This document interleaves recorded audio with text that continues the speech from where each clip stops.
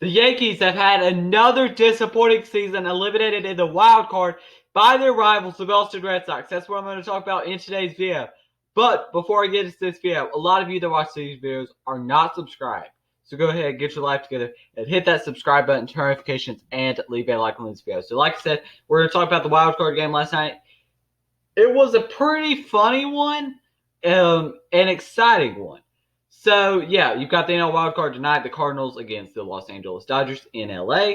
But let's go ahead and talk about this game between the New York Yankees and the Boston Red Sox. Now, I kind of knew from the start with that two-run home run from Xander Bogaerts that Garrett Cole did not really have his best stuff.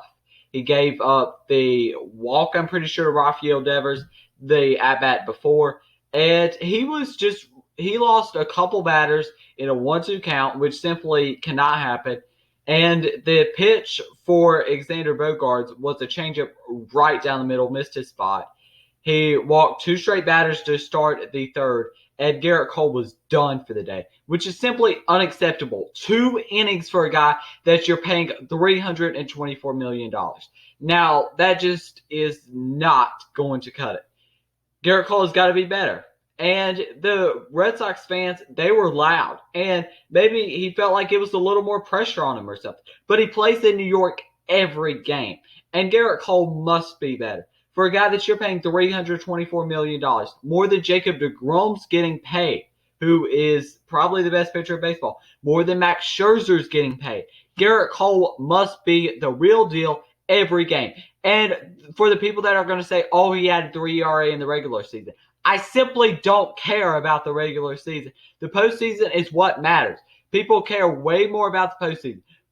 When the casual fans come in at the postseason, all of us, like mostly diehard fans, we watch the regular season. The postseason, when that comes in, that's when the casual fans watch. And what they saw, the casual fans saw, is Garrett Cole did not pitch well at all. Now, Clay Holmes ended up getting out of the third inning jam. But still, it's terrible. And Giancarlo Stanton got robbed of a home run in the top of the first, which sucks. But Eovaldi was dealing last night. 5 in the third. He was dealing right now. He was just sitting those Yankees batters down, and he just had them in the palm of their hand for those 5 in the third innings. But the Boston bullpen was very good too. But it's unacceptable for Garrett Cole. And that's probably going to be some kind of title. And I know I made a little short video talking about how Garrett Cole might be overpaid. It's looking like he is overpaid. This is a guy, I want you to perform for every single one of those starts, and he did not perform anywhere near good last night. It was a terrible outing. Let's go ahead and talk about the Aaron Boone situation, because a lot of people are on Aaron Boone's head like, get him out. And I totally agree. Get Aaron Boone out of there. He's terrible. He's one of the worst managers in baseball, in my opinion. And I know we've said the same thing about Gabe Kapler, but simply Aaron Boone is terrible. And there's many other managerial candidates. Some guys, maybe like Jay Bell, gets the managerial job there. But, I mean, the Mets job is open. I think the next one to go is Aaron Boone. Now, Aaron Boone, I don't think has a contract for next season. He was saying like yesterday how he loved like managing the Yankees, which I mean, wouldn't everybody love to be managing the Yankees? But for the Yankees, how to fix the Yankees in the future, I think you need to re-sign Rizzo this offseason. I think that's a big thing. Kluber's a guy that I mean you could bring back, but Severino, you hope that you can get something from him next year. Maybe Clark Schmidt as well, who's out for most of the year. I mean, you need better production from Gleyber Torres, who's very inconsistent. Same thing with Gary Sanchez this year. So that needs to be figured out. LeMahieu didn't have a particularly good season, nor either.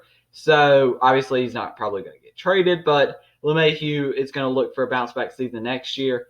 And like I said, I think Rizzo is so important for them to bring back this offseason, just for the simple reason that he brings a guy that's going to get on base at the top of the lineup and a left-handed batter, which they desperately need. And Joey Gallo, yes, he's very, very good.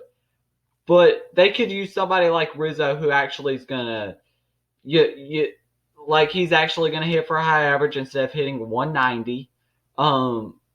So yeah, Giancarlo Stanton turned it on towards the second half of the season. Is it worth the contract? No, but still, he turned it on towards the second half of the year. And this Yankees team simply has to be better. This Yankees team is fighting in a tough AL East, and what looks to be a tough AL East for the future. Blue Jays are still there for the future. Red Sox are still there. The Rays for sure are still there. And the Orioles, their farm system's only getting better too. So this is a very competitive AL East. And this Yankees team, yes, they made their attempts to improve at the deadline. But this Yankees team was so on and off. They struggled a lot this year. And Aaron Boone, like I said, him and Brian Cashman, for that matter, both of them need to just get out of the door because, I mean, it is just bad how bad Aaron Boone's been for this team, and maybe he'll thrive in another place. But simply, New York was not the spot for him. And let's keep on with Garrett Cole because Cole was, like I said, awful last night. Cole, he's still due a big load of money, and if he cannot perform in the playoffs, that contract is going to look more and more like a mistake here, and that's not good. This contract is not really turning upwards any. Now, as far as some targets this offseason, we're going to go ahead and look kind of towards their offseason now, and we're going to look and some offseason targets. I think a guy that they should definitely target at the shortstop position is Corey Seager. Seager is somebody who's a left-handed bat, which may mean they don't have to bring back Anthony Rizzo. And I think they should definitely target him. They should definitely target one of these shortstops.